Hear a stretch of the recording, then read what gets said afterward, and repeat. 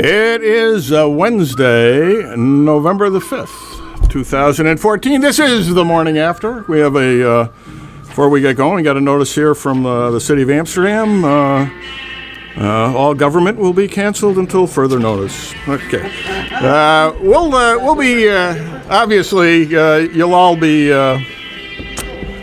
waiting to hear what we have to say about the election results, and we'll get to that in a little while. But first, Gavin. By the way, I'm Bob Going, and that's Gavin Murdoch, and this is the show with no name. Gavin, you got a special guest today.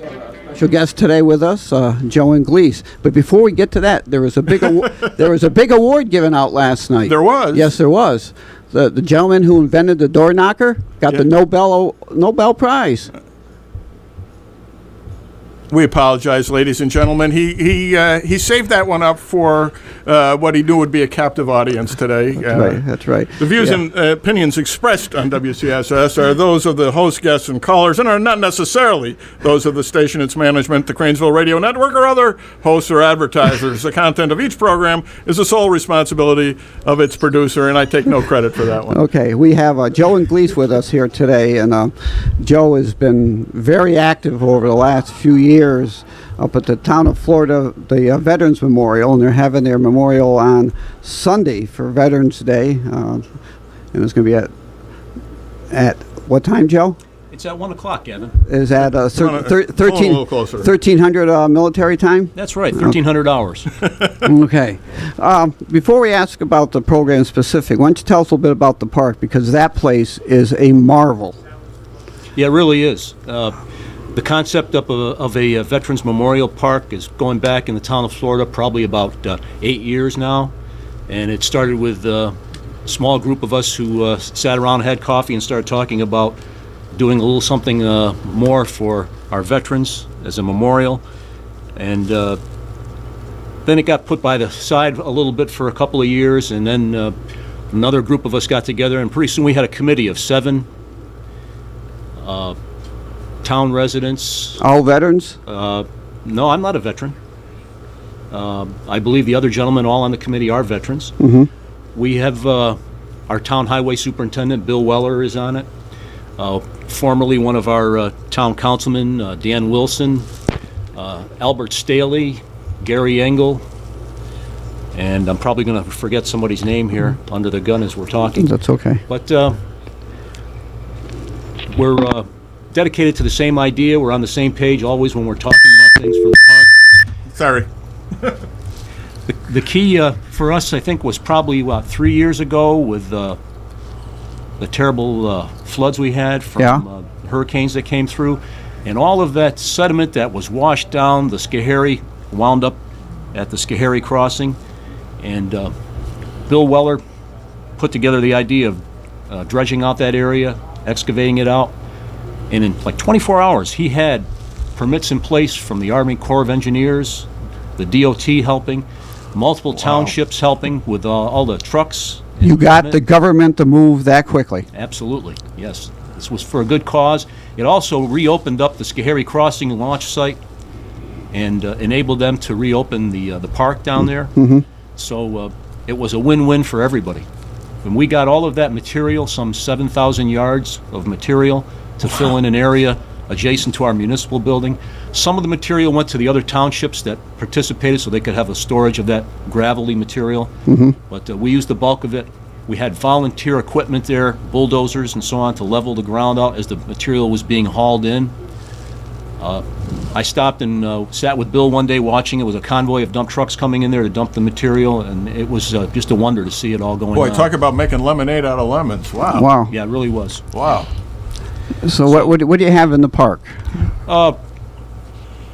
Right now, the basic platform for the park has been completed. We have 2 circular stamped concrete walkways coming together in a center part where our main monument is. Which is? And the main monument is a tribute to all those who've served in uniform. And on one side in the black granite are the etchings, laser etchings of the service members in uniform. Behind each one on the opposite side of the stone are the branches of the military, their specific emblems. Behind that, we have the 50-foot flagpole with a good-sized American flag, 10 by 15, flying there night and day. For our ceremonies coming up now, Veterans Day, and then again on Memorial Day, we bring in a garrison flag, which is even bigger, and it's just a beautiful thing to see. The hills in the background, sun setting to the west when we have our evening ceremony. Beautiful location. Yeah, it is. It really is. We've got other monuments in place commemorating the different battles that our country has been in, our wars, excuse me. The World War II memorial is in place. Was that the first one you put in? Yes, that one, and then a little bit further down the line from it, the one for Vietnam. And these monuments have been contributed by specific donors. For example, the World War II monument was donated by BBL Construction. We thank them very much for it. The Vietnam memorial was donated by one of our committee members. I forgot his name again, but I'll say it now. It was Jim Yermis and his wife Shirley. Sure. And we thank them very much for it. Jim was commander of Post 701 That's for right. quite a while, right? Yes. Yep. Also, the one that we're commemorating and dedicating this Veterans Day for Korea, that one was put in place just last week, and we'll be dedicating it Sunday. That was donated by NBT Banking.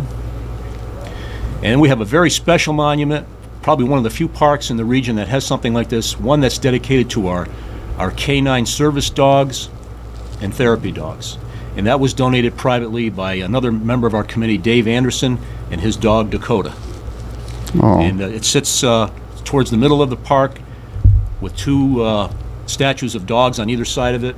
And the etching on it is of a German Shepherd with the American Eagle behind it, and a nice tribute writing on it. The other stones have laser etchings too. The World War II has the flag raising on Iwo Jima. The one for Vietnam has, we kind of went through a lot of different visuals from Vietnam era. You might remember the one we think of a lot of times are the Hueys coming into Right. an elephant grass area with the grunts getting out. That's the one we're using. Great. The one for Korea is a hillside background with one fellow helping another, holding on to him. You can tell it's kind of a chilly situation there in Korea where they were. So, and that image and the writing was chosen by Korean veterans. They were involved They in were it. involved in the choosing of the laser etching and the language for the tribute. You know, the town of Florida is not a heavily populated place overall. This is, to me, an astonishing park for such a small place. It shows the dedication of the people who put it together. You also have a piece of the World Trade Center, right? That's right. This last spring, we were fortunate to be granted a steel beam from Tower 2, the South Tower. I believe it's from between the 93rd to 96th floor of the Tower 2. They were able to identify it. These pieces of steel were all held in a airplane hangar down at JFK Airport. When we got permission, again, this was another cooperative effort. The county helped us. Who's got the juice up there, Joe? that? That can move the government to do things and so expeditiously. I mean, somebody's got to have a route and a clout. I can't see that happening anywhere. No, it's a cooperative effort, and I think because it's for the right people, it's for those who've served. That's what we're all about. Wow. Wow, that's amazing. So has this steel beam been placed yet, or is that in the future? The steel beam is situated behind two foundations, one that's going to hold the memorial for Operation Iraqi Freedom, and then the second one for Operation Enduring Freedom. And the groundwork has been laid out. It's in the planning stage for the base. We have to have engineering input for this, because that steel, we're going to have it upright. It's not going to be laying down. Wow. It's going to be like it's going back up to where it should be. Wow. Wow. You need some permits and special consideration Yeah, well, to get that up. It's a public place, so it's got to be done the right way for the safety of the public, and it will be. All right, Sunday. What time are we talking about Sunday? Our service starts at 1 o'clock, and we have participation by a lot of our local veterans groups. We'll have Polish American veterans will be on hand for us, and so will the Post 701 American Legion, and the junior ROTC unit from Amsterdam High School will be there. We have our sound system donated again and helped by Tom Foster, DJ Tom Foster, and we've got some other volunteer participants who come to help do some of the readings. We're going to read the names of the fallen from Korea when we dedicate that monument, and at least one or two of our Korean veterans have agreed to come, and they're going to read the names. I know it's going to be difficult for them, but they said they would be there. The stone will be blessed and dedicated by one of our local clergymen, Father Larry Decker. Who's your guest speaker? This service, our guest speaker is going to be retired Colonel Stephen Amato, United States Air Force. Is he in relation to our sheriff? He is Sheriff Amato's brother. He currently, with his wife, resides in Virginia in retirement, although I understand he does work for the FBI. That might be a secret. From reading his biography that he sent me. Yeah. He saw imagery of our park. He, I believe, did pay a visit. He liked what he saw, and he called me up, wanted to know if he could participate and help us out in any way. And I said, how's about being the guest speaker for Veterans Day? There you go. And he said, I'll be there. Well, that's great. All right, we look forward to it. Now, you do a little work on the side helping veterans out, too, don't you? I do have a part-time job in retirement from, I worked for the school district for over 30 years as a teacher. What did you teach? I was a remedial reading teacher.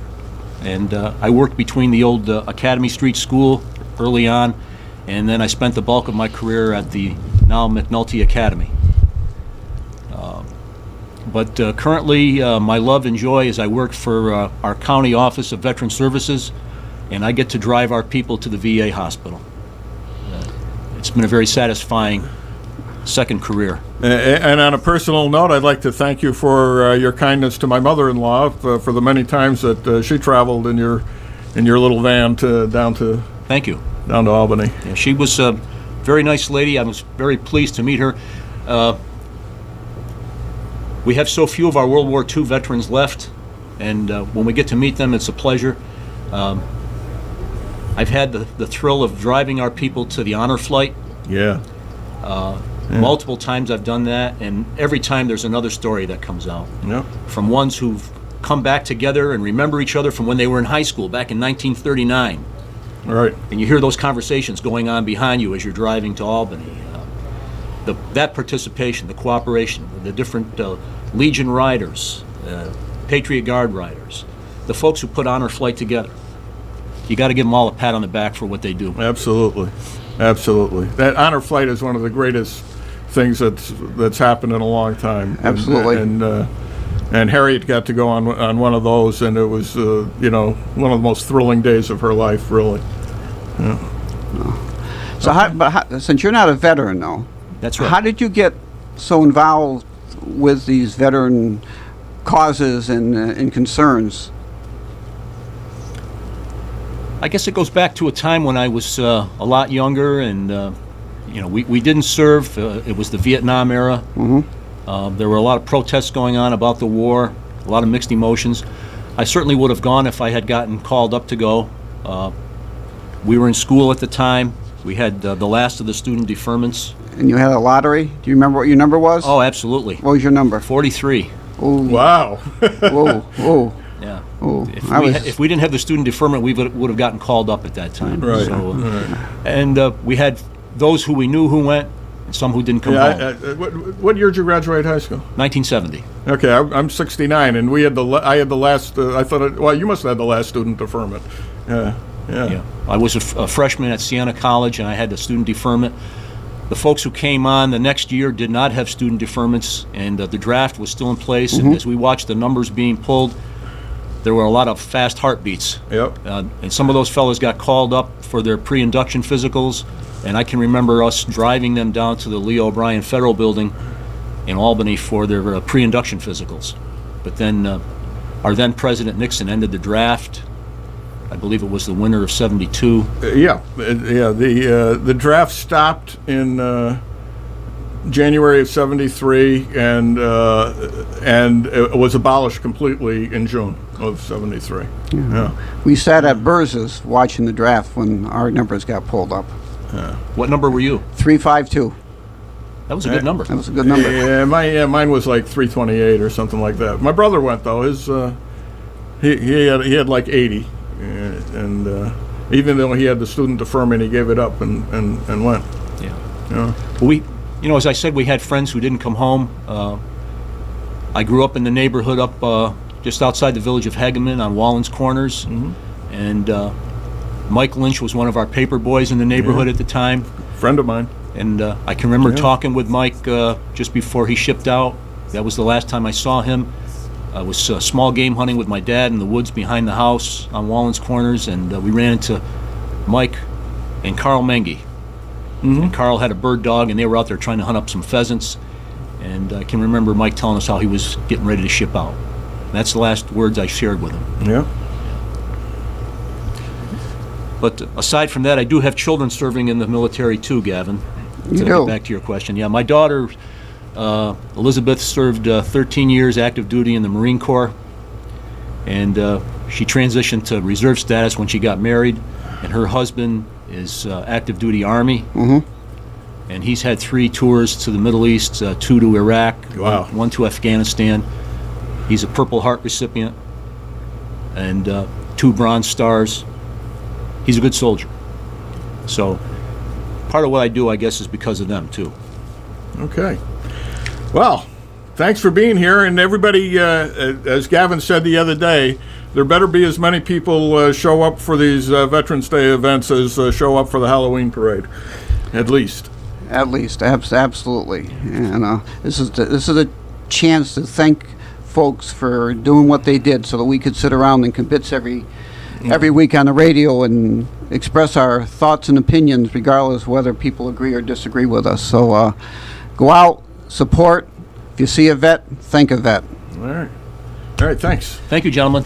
Appreciate Joe, it. Thank you very sir. much. Appreciate it. We'll see you about 21 on Sunday. Very good. We'll be there. Okay. All right, let's see. Gavin, try talking. No, that doesn't work. Let's try this. Now try talking. Try talking now. All right, you're in. I'm in. So I was out before. No, you're in. I was in. This shorts out when it shuts off. Okay. Wow. On, Well, that puts things in perspective. absolutely. And on Monday's show, we're on from 10 to 12, as usual, except when we're not. And we'll be devoting much of the program to Veterans Day and veterans. And tomorrow, as long as we're on the subject, I'll be speaking at Hudson Valley Community College. What are you going to be talking about, Bob? I'll be talking about World War II and my book, Where Do We Find Such Men? I'm kind of going to, because it's down in Rensselaer County, I'm going to try gearing it more towards the local regiment that consisted of all our local National Guard companies that got called up in 1940 and their adventures on Saipan and Okinawa. So, Where will you be speaking at Hudson Valley? you had to ask me that. Yes, I did. I want people to be able to be there and listen. It's I don't know. It's some kind of communication center. I don't know. Is this going to be a captive audience, or is it? It's going to open to the public.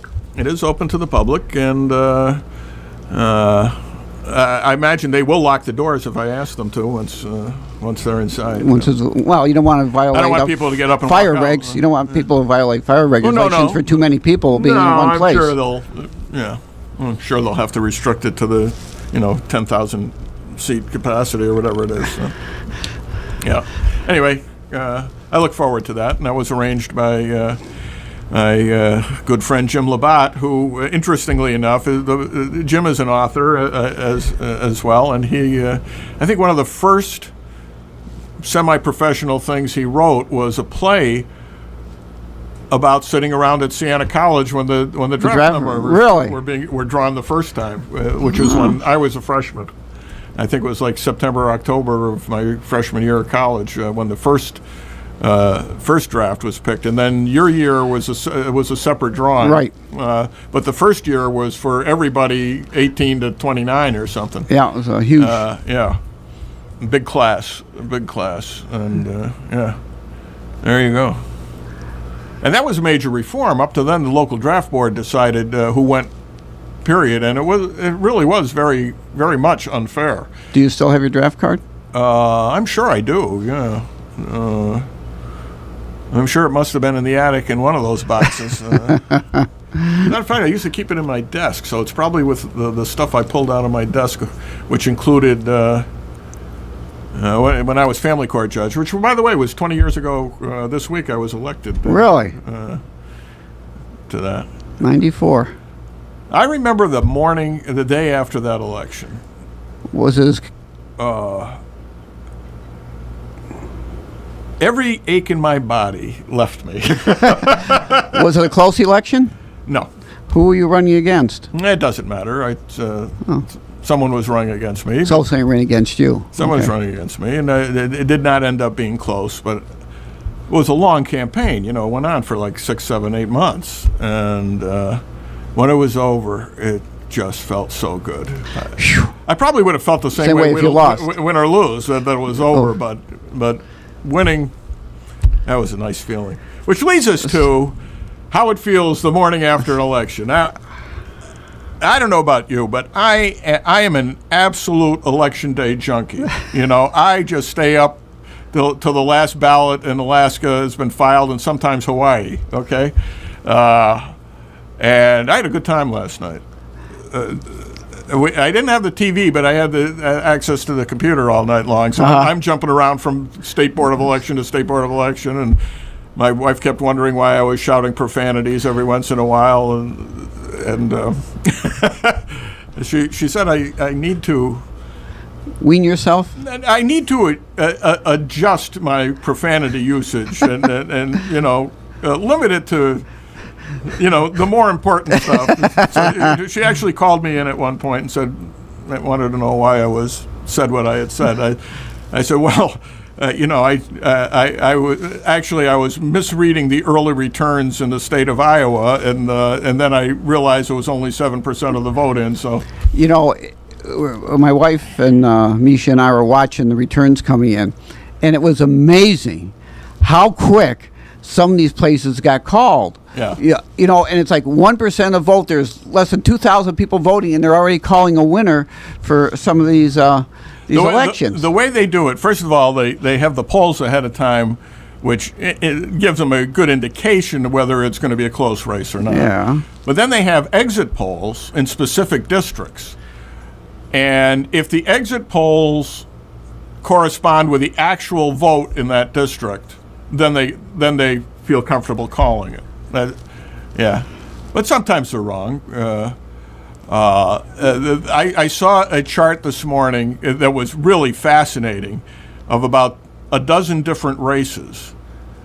And it showed, in every case but one, it showed a heavy bias toward the Democrats in the polls. Mm-hmm. The most amazing was the governor of Maryland, where the closest poll showed the Republican only 7 points behind, and he won by 7 points. So it's a 14-point swing. It's a 14-point swing, yeah, between the final poll and the actual vote, or the average. Huge. I guess it was the average of polls. But that's huge. It's huge, and but there were a lot of them like that. It was plus 4 bias to the Democrats. There was only one where the Republican bias was +1. And the others were all heavily well, the Republicans not only won every close race, or what had been perceived as close races, they came wildly close in Virginia, and that may even change on a recount, where their candidate wasn't even considered in the running. And Scott Brown nearly pulled it off in New Hampshire. So you get those 2 races. Otherwise, the Republican candidates are for the Senate are up +8 and really +9 because Louisiana in the runoff is It's right. They now. should, No one thought. it was going to be that close. No one thought that that there's 2 Republicans running against 1 Democrat, plus a couple other minor candidates. No one thought that that the lead Republican would get closer than within 5 or 6 points of Landrieu, and that would be considered a surefire win because the other Republican was getting another 10 points. And what happens? He comes out on top. And then they thought, well, there's going to be maybe the Republican could hope for a runoff in Georgia and then be in a good position. He wins outright. He gets like 57% of the vote instead of the 47 they were predicting. It's just amazing stuff. Everything broke in the right direction, and then you throw in the fraud votes, and they really won. But we should mention, I suppose, since this is the show with no name, we should mention that the big issues locally were the 5 charter amendments put up by the Mayor's Charter Commission. And I don't know about you, but I think this program did a pretty excellent job discussing what those issues were about. And the ramifications of them. The ramifications of them, explaining what they meant to the people over the last several weeks. We devoted several programs to it. We ended up on Monday having both former Mayor Mario Villa and current Deputy Mayor Diane Hatzenbuehler on to discuss their perspective on these. I thought the recorder did an amazingly excellent job of doing the same thing. They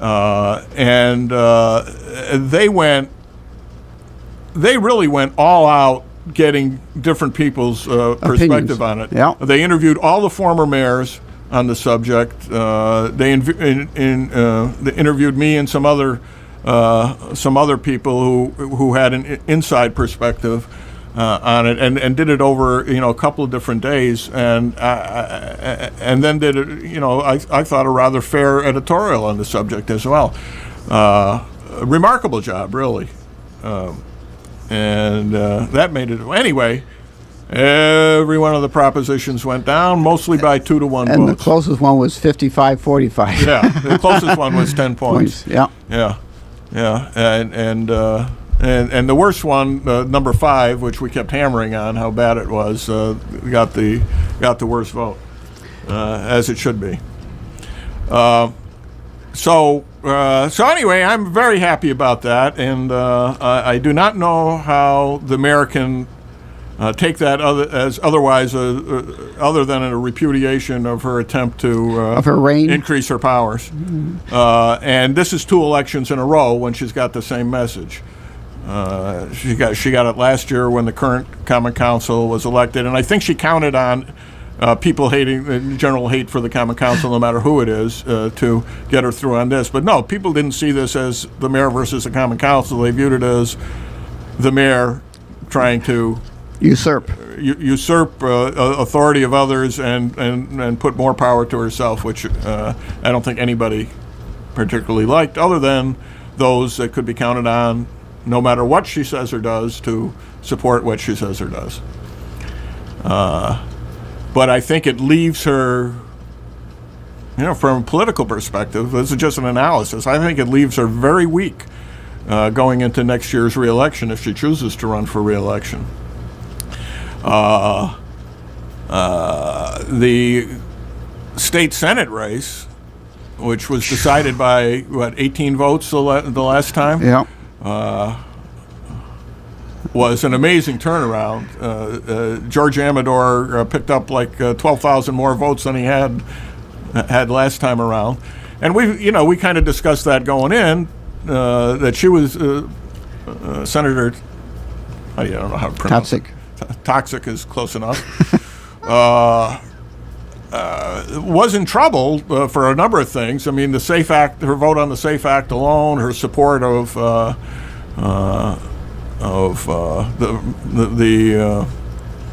what do they call that?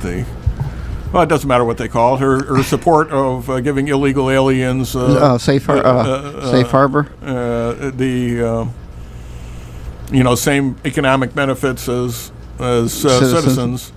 I think that wasn't. Where's she going to pick up votes with that kind of a position? But she had some pretty radical leftist positions, and this is not a radical leftist senatorial district. No, it's not. And boy, the SAFE Act alone vote sunk her. Yeah, absolutely. Because I travel back and forth from here down to Middleburg on a biweekly basis, and every piece of property down there had a sign, repeal the SAFE Act, every one of them, and she was a strong proponent of the SAFE Act, right. And it came back to haunt her. And the other thing too, I think Amador worked to getting his vote out this time. I think last time I won't say he took it for granted, but he didn't exhibit the same enthusiasm. Exactly. That was just the word I was going to use. He went all out. He learned by his mistakes, and made sure he was campaigning nonstop this year. Yes, he was. And it certainly made a difference. Now, I'm just wondering how all these TV programs going to exist now without all the campaign ads that have supported them over the last I don't know. 2 months. Well, I think that's enough to support them for the whole, Boy. Aye. Unbelievable. Well, I guess we're going to see how things went in Tennessee. Paulie, are you there? Yes, Bob. How you doing? Hey, how things down in Tennessee? Oh, Bob, I couldn't wait to tell we had a real nice election down there yesterday. I see that the Tennessee State Senate is now like 27 Republicans and 8 Democrats or something like that. Yeah. And we have the governor down here, Bill Haslett. He think it went by a landslide. And we got Lamar Alexander, which I was hoping for him. I was at home the other day. I was up in not too far away. I was up there campaigning for him. So. All right, but I'm sure he's pleased with that. All right. And we don't want these Democrats to believe me, so they can all clean their pocketbooks out. It's pretty amazing. There among other things, there are now more black Republican office holders statewide in the South than there are white Democrats. Believe it or not. Yeah. Wow. Yeah. Well, I'm not saying all your Democrats are bad. I mean, like I say, I like Paul Wallman. I'm not saying that, but I mean the ones that's front of our office. That's what I'm already talking about. Yeah. Yeah. So I just hope that Barack Obama gets out or whatever, because he's no longer. Yeah, he's going to get out no matter what. But I don't think he's going to resign anytime soon. Yeah. Oh. All right. Okay, Bob. Thanks a lot. Bye. All right. Take care. It is kind of a national repudiation, and of course, immediately the White House anonymous spokespeople are saying, "Well, no, this wasn't about the president at all." No, of course not. Of course not. Now, there are more Republicans now in the House of Representatives than there have been since their landslide election of 1946. Oh.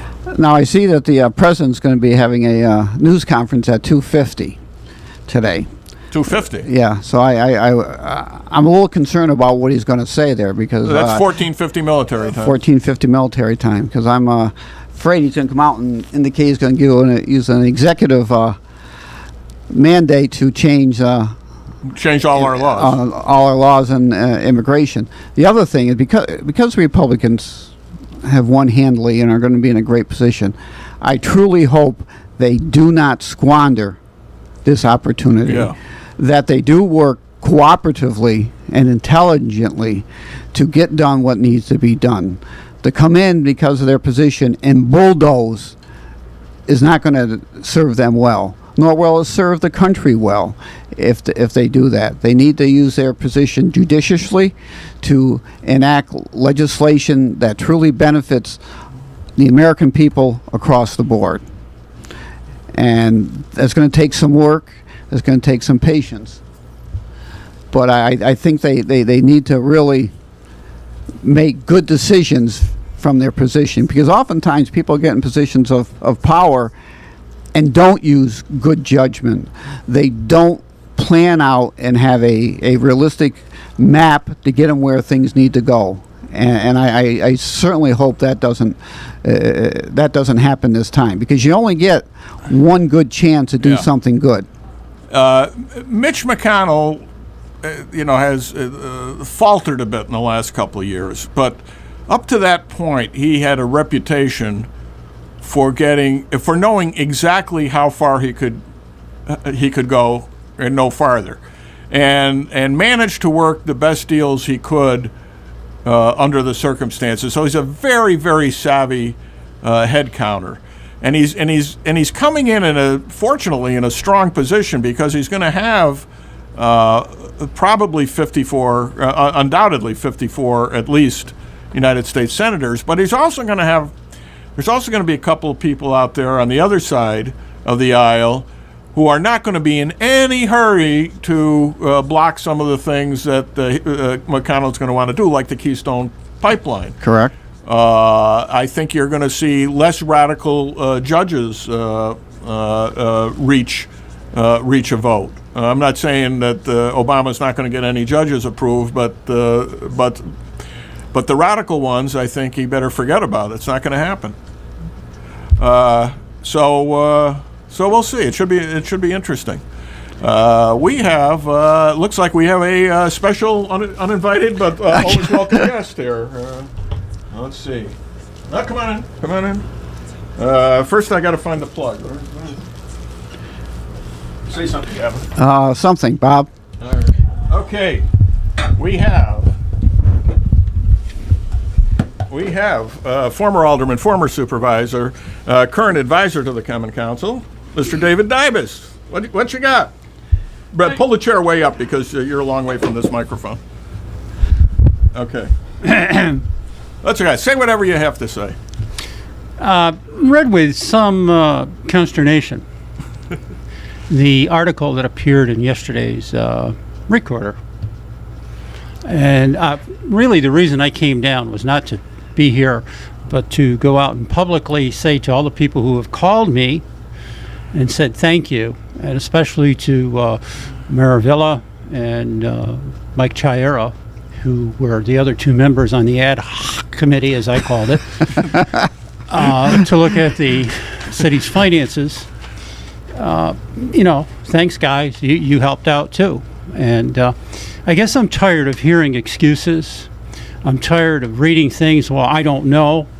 Well, let's put it this way. You better darn well know. Somebody you better know. Darn well know. Let's say what, because we haven't brought the topic up yet. A remarkable article by Casey Croucher yesterday in the Recorder about the Recorder's efforts to get Freedom of Information Act information from the mayor and the comptroller. Have they been successful? They have not, and they've reached roadblocks every step of the way. And at first it was there's too much stuff to go through, and then they said, well, we don't have anything.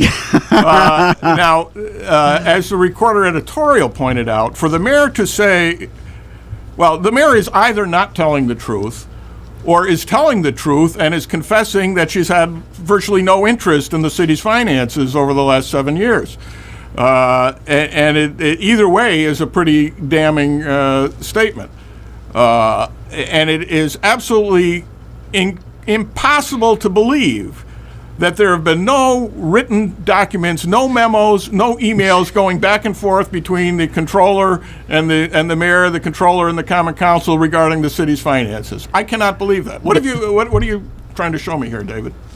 What I'm trying to show you is public documents. There is nothing hidden. These have all been filed with the state of New York. They all contain the same basic information, year after brutal, after miserable, after rotten year. So you go back, and you can pick a point. You want to go back further, fine, go back further. But I think I started, and Kevin's got the, I think I started, let's see, my arms need to be longer here. Okay, back 7/1 of 2008. Well, that's a good place. I mean, let's just start someplace. That's Mayor Thane's first fiscal year as mayor. Is it really? Seriously, I don't know this to be a fact.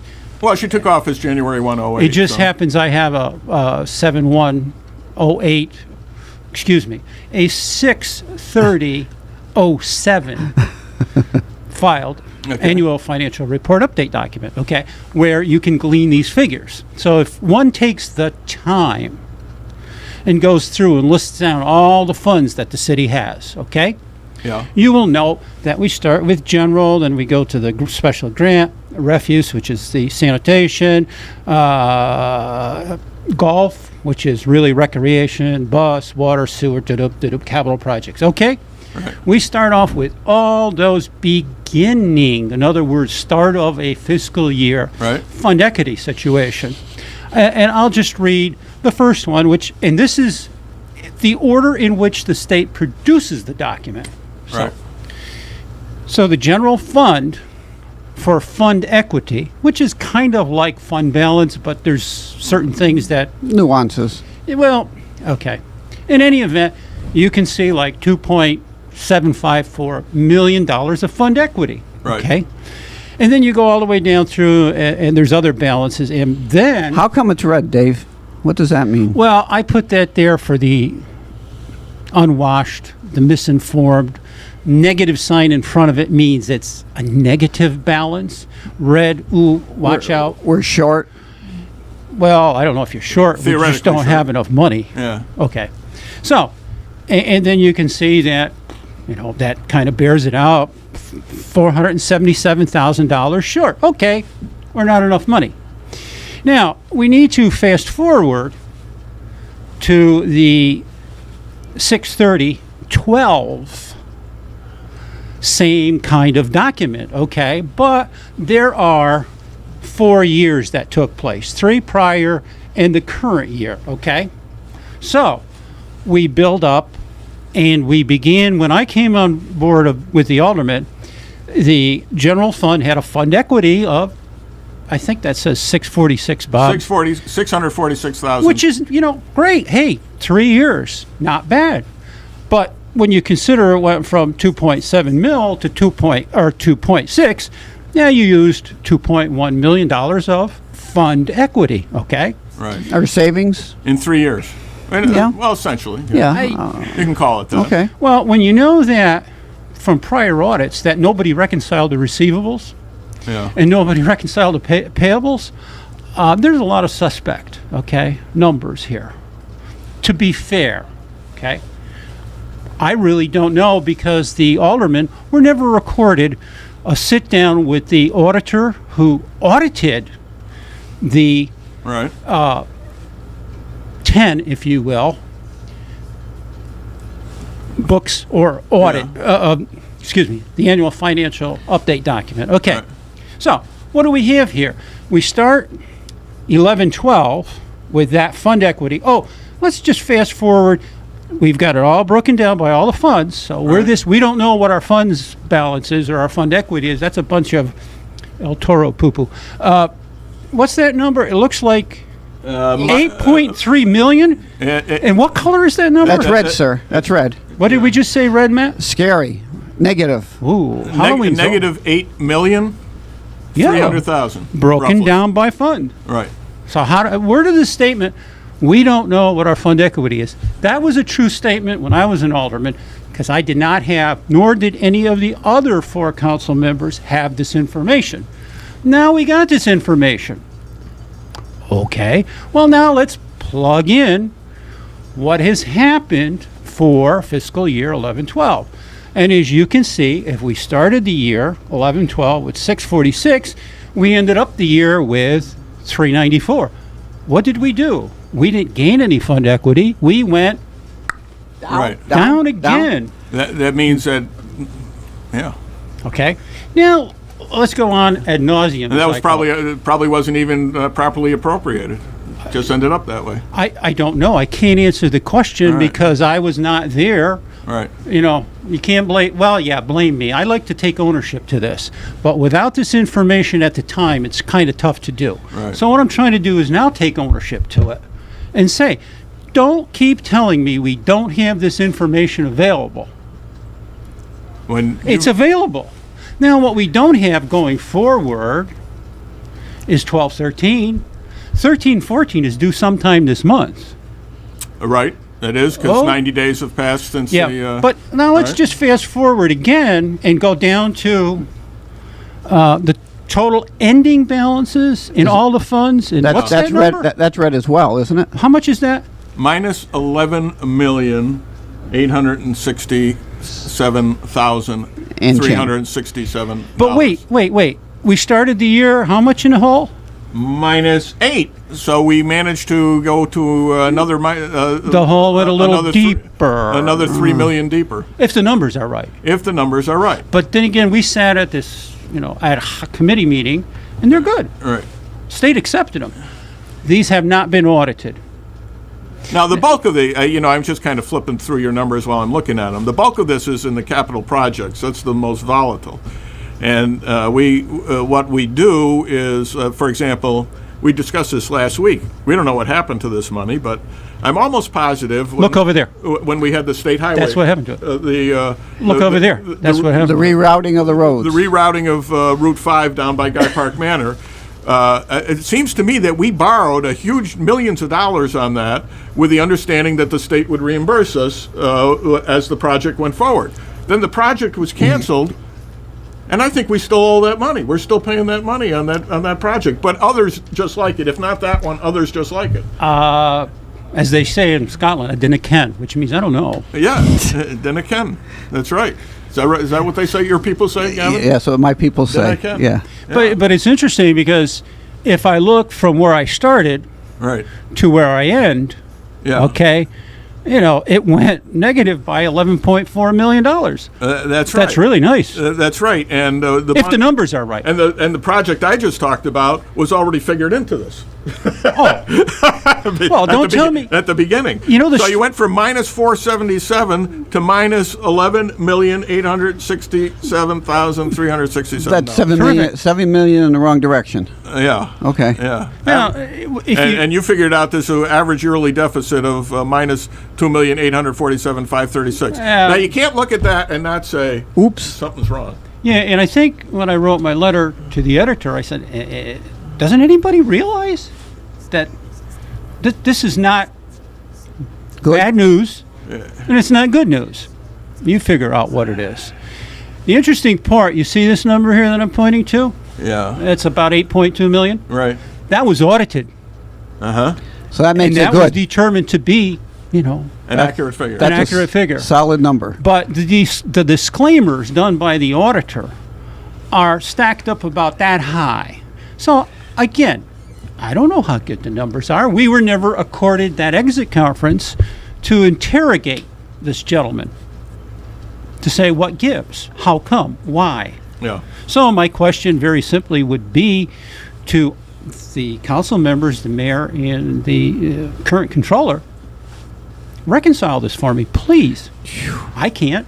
I mean, I can put the numbers together. And you know what the questions are. You just don't know what the answers are. I know what the answers are too, but I want them to tell me what the answers are. Well, Do so they this know is- the answers? This is a common core thing. We have Yeah. to know how we get from point A to point B. Have you seen any of that garbage, as I call it? Yeah. Well, we'll discuss that another time. Now, I understand. I mean, maybe you don't want to talk about this now. You can if you like. I understand that you've done your own critique of the latest annual update document that's been filed, and you had a lot of questions about it. Still have more.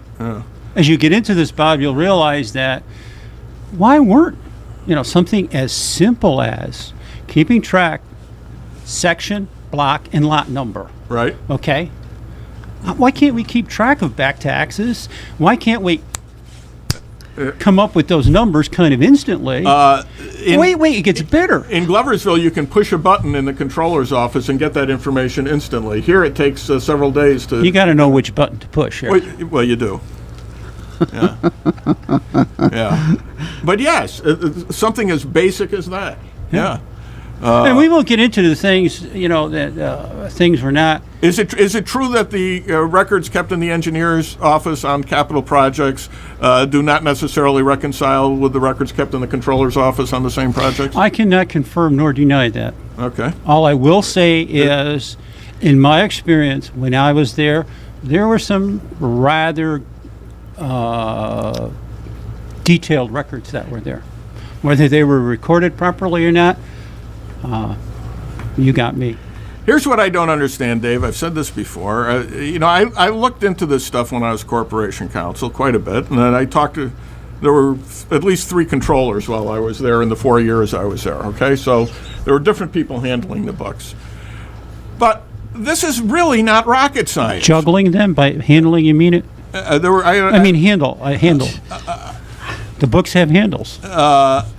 Yeah. See, I can do all this now. I'm out of it. That's right. But the point I'm trying to make is there are specific guidelines for every single entry that has to be made by the controller from the state. There are whole manuals where you say how you do this, how you reconcile it. But what is your point? My point is this should not be that difficult to But what is to your reconcile. point? Doesn't anybody here Why know how to hasn't- play this game? Or has the point? stuff actually been reconciled and they don't like the results?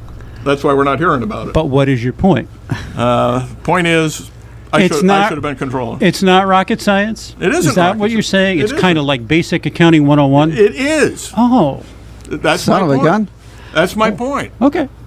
Am I wrong about that? I don't know. No, What's your point?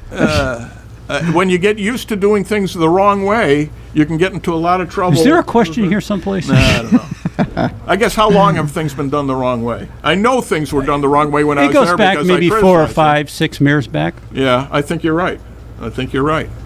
But what good does it serve? I'll try to be as serious as I can. As I said, I don't care who did this. I really don't. Right. Fix it. Exactly. How And here's a perfect. When I was city court judge, I was technically responsible for the books, though I knew nothing about it. Okay, and there came a point when there was a $1,500 mistake made because there was duplicate bail receipts issued, and both of them got paid. One by the lawyer and one by the person who posted the bail. Isn't the first rule of becoming a lawyer to make sure you get paid twice? That's right. That's right. But in any event, that was the whole thing, and the people from Saratoga who oversee our office come down and say, well, you don't want, you got to be careful. You don't want to be criticized for that. Blah, blah, blah. I said, I want an audit. I want to know what's wrong, and I want to correct it. It's as simple as that. I don't. I have no problem whatsoever with admitting mistakes and figuring out how to get around it. Time out. Right. There was a procedural audit that was conducted by the comptroller of the state of New York that came in and told him exactly what was wrong. Yeah. And then what happened? Nothing. They didn't do anything about it. Do you know? Yeah. We put together, or at least I put together what I thought needed to be done, and what got sent in, I don't know. I am out of it. But anyway, the views and opinions expressed on WCSS are those of the host And a producer. and producer. So what happens next? I mean, if even the current AUD or the most recent one filed is faulty, when is that going to get straightened out? I'll bite when. Yeah. Is the state taking another look at it after your criticism? I'll bite, are they? I don't know. Have you heard they are? Or I don't know. Yeah. All I can do is say, look over there. Right. And somebody's going to say, well, no, you need to look over there. But there's another old sage. Figures never lie. Liars figure. Oh, is that what that? Yeah, that's the second half of that one. And I'm not saying anybody's lying. And we really don't know that.